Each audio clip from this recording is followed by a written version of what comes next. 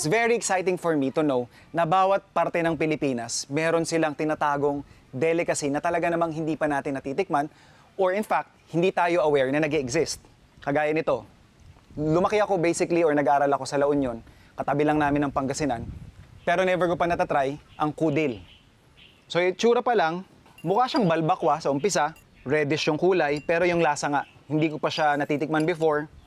When I tried to research sa internet kung ano ba yung mga recipe, iba-iba yung nakikita ko. So, para ma-recreate natin yung dish, the better way is to actually taste kung ano yung kinakain ng mga locals dito. So, yan. Kudil siya, ibig sabihin sa amin sa Ilocano, balat, yun din daw yung translation sa Pangasinense. And then meron din siyang halong mga konting karne, but the taste, subukan natin.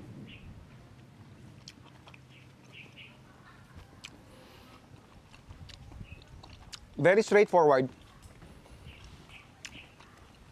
Sa bite na yun, wala akong nalalasahang luya, which I expect sa lahat ng goat dishes, kasi nga pampatanggal anggo.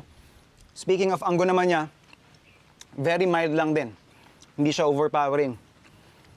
Maganda dito, napakalambot ng balat. And yung karne, fork tender. From what I can taste, mukhang iginisa lang ito sa bawang. And of course, amato oil. Ngayon natikman ko na kung ano yung kinakain nila dito ng kudil. Confident na ako marirecreate ko na ang ating kudil. And ipapatikim ko dun sa mga kasama natin dito sa farm.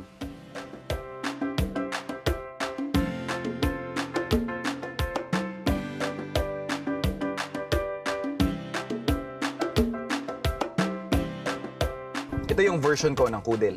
First thing I need to do is heat yung pan natin. And of course, yung nahiwa namin nila Chef Andrew and nila Chef Jonah, napalambot na rin natin. So basically, parang i-finish lang natin siya doon sa pinaka-sauce niya. Isang panggisan na definitely alam kong nandun is yung ating bawang. Naramdaman ko lang na medyo tostado yung bawang na nakain ko. So yun lang din yung tatry nating ma-achieve. So ibabrown natin ng kaunti yung ating bawang while I prepare yung ating pinaka-meat. So ito na yung ating karne, pinalambot for at least 1.5 hours. So makikita nyo, very gelatinous na siya. So, strain lang natin yung pinaka-sabaw para madagdagan pa natin ng panimpla yung karne mismo. Then, yung karne natin, lalagyan lang natin ng konting kalamansi. Mimix lang natin ng, siguro bahagya, yung ating kalamansi juice kasama ng ating karne. And then, punta na tayo, balik na tayo dun sa ating bawang. Maganda na yung pagkakatosta ng ating bawang. Ready na siya para dun sa ating anato powder. Ito yung sinasabi ko na parang napaka-distinct doon sa kudil na dish is yung lalim nung pula niya. Alam mo kagad na hindi siya tomato sauce. And pag natikman mo, yung bango ng atswete, talagang nangingibabaw. So yun yung ginagawa natin sa point na to.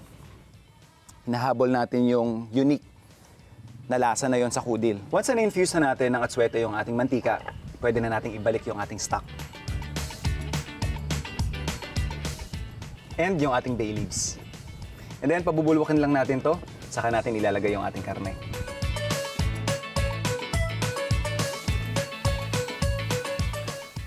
So ito yung consistency na hinahanap ko. Yes, mukha siyang kulay ng balbakwa. And dahil na pre-cook na nga yung ating karne, ibabagsak ko lang siya. 1 minute, and then pwede tayo mag-serve.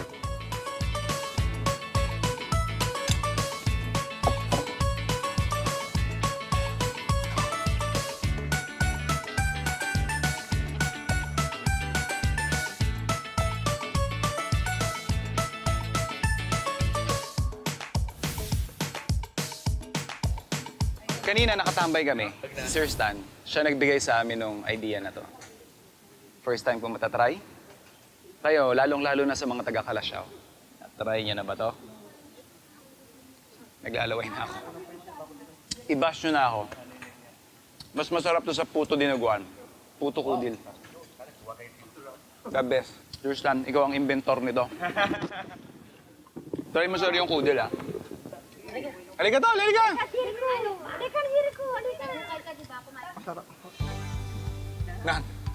Kuya, huwag kang maiyak.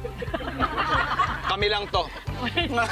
Dapat po, by next year, on this day, dapat po may Puto Kalasyaw Kudil Festival tayo. Walang pasok po yun. Tapos gusto po namin, pag darating kami, may nasa gilid po kayong lahat, pasasalamatan nyo kami. Tapos kakaway-kaway lang yung buong team ng Farm to Table. Masarap daw talaga. Camera yung first time. Tikim ka! Kudil puto. Diba? Next time gagawin natin ito, ipapalaman na natin. Oo.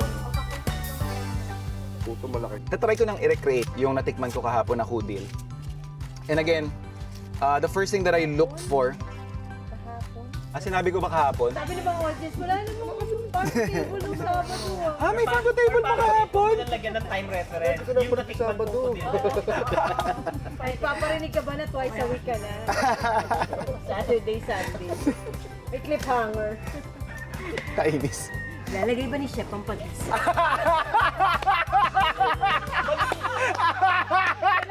Oo, ganun yung clip.